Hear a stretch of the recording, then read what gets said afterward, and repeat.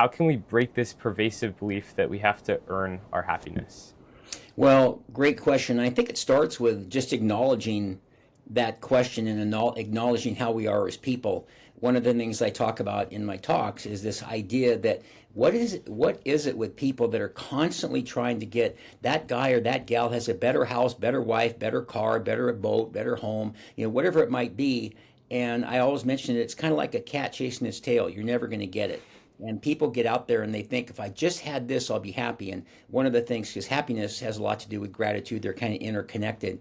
And when people say, well, I'll just be happy when I get this, essentially they're saying they're never really going to be happy, because happiness starts without any material things or things that you have. You're either happy or you're not. And all that might do is be something that's a little nicer or more convenient, or something that's neat to enjoy in life. But it's really, happiness starts inside. And so the gratitude turns what you have into enough really says, kind of take an inventory on a daily basis, weekly basis, whatever, and think about what you have. And I sell a lot of these gratitude journals, that Gratitude Guy's Daily Gratitude Journal.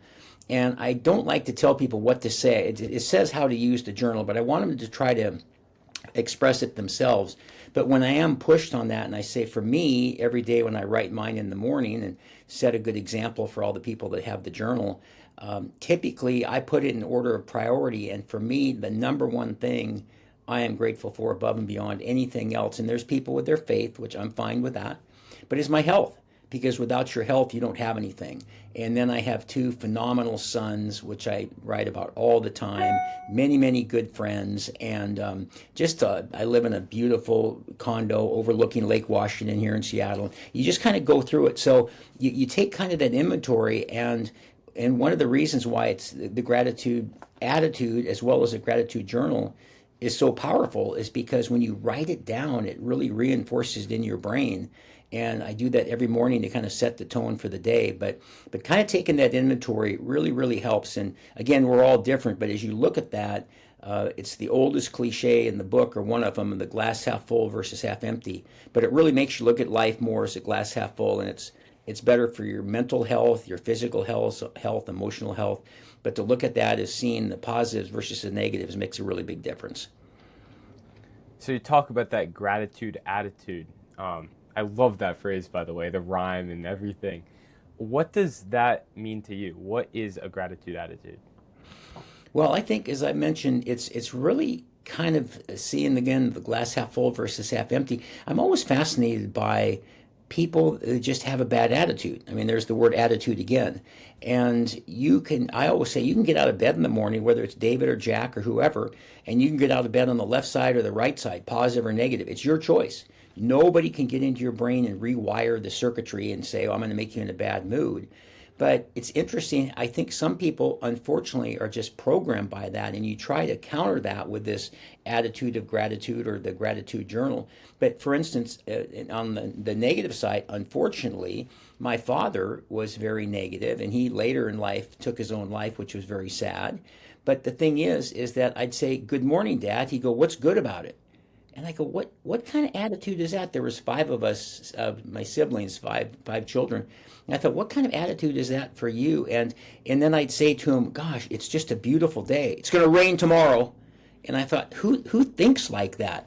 But even as I've researched this over the years, I've gone back to the fight or flight, back to our ancestors as we evolved as humans, and this whole thing of going out and stalking prey and being aware of that animal might come and attack us. And so you need to be fearful, and you need to be aware there's negatives out there. And somebody said that's how I don't know if it's the reptilian brain, but how the brain was sort of evolved to kind of be negative, because for survival, to kind of worry about these threats and things that come at us and things. So I think that's maybe where it started, but that certainly doesn't mean we have to stay that way. And there's all of these health benefits that happen where you have better sleep, better the exercise piece of it, and it gets into your brain and the blood flow and all these things, less disease, less sickness, all these things from having a positive attitude. It's been proven over and over again how powerful that is. So I tell people, regardless of your upbringing, or in my case, my father, the negativity,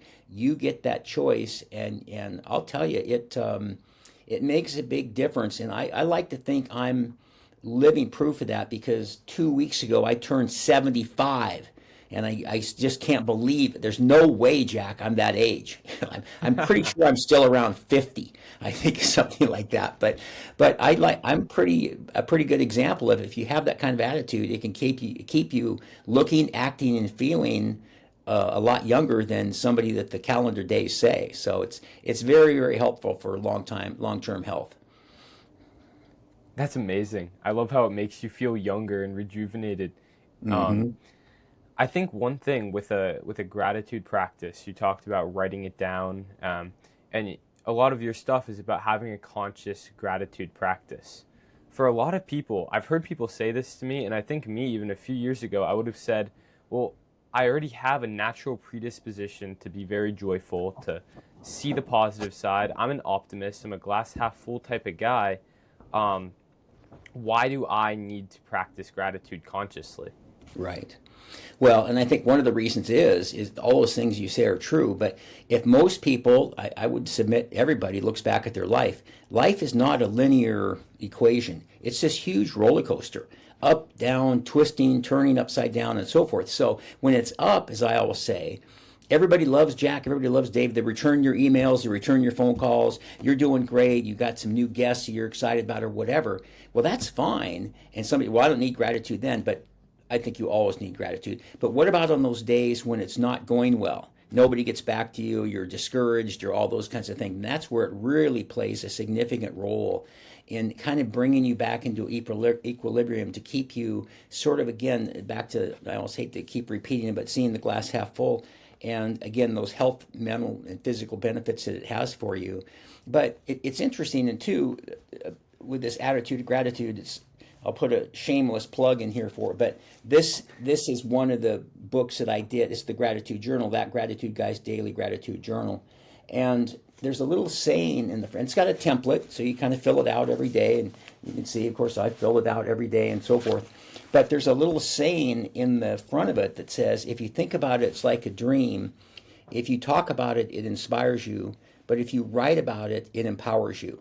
And there's something, and they've proven it, this, that you can take this and with all this cursive is going away and everybody's on the, and they're talking and it's in the message to Jack and everything is all digital and all done through technology.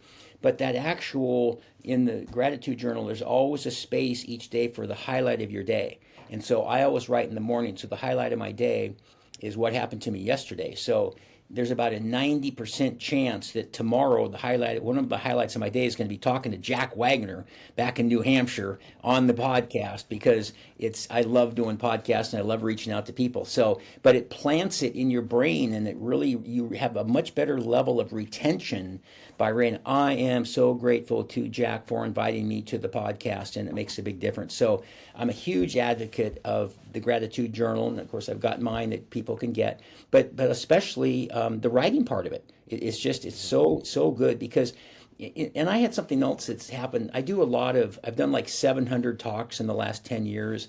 And in the last couple of years, I've done maybe 100 virtual. So it is because of the pandemic and COVID and everything. But when I was in person one about 2 weeks ago, and sometimes they get a standing ovation, which is just unbelievably thrilling. But I walk off the stage and I use a little scale in here, 1 to 10, to kind of assess your mood. How are you feeling?